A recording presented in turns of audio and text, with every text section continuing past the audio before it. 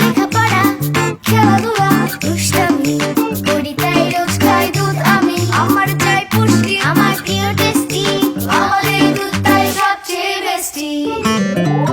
অনেকে বলে এই ইয়াং বয়সে দুধ কেন খাও রোজ? আমি বলি এই তারুণ্য ধরে রাখতেই রোজ খাই দুধের ডোজ।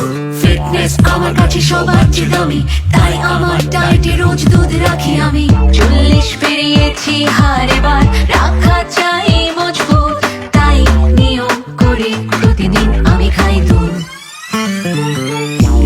আমার ডায়াবেটিস না দেখে ভাই, পুষ্টি ঘাটতি মেটাতে দুধে আয়, দুধ বিন্দাস খাই।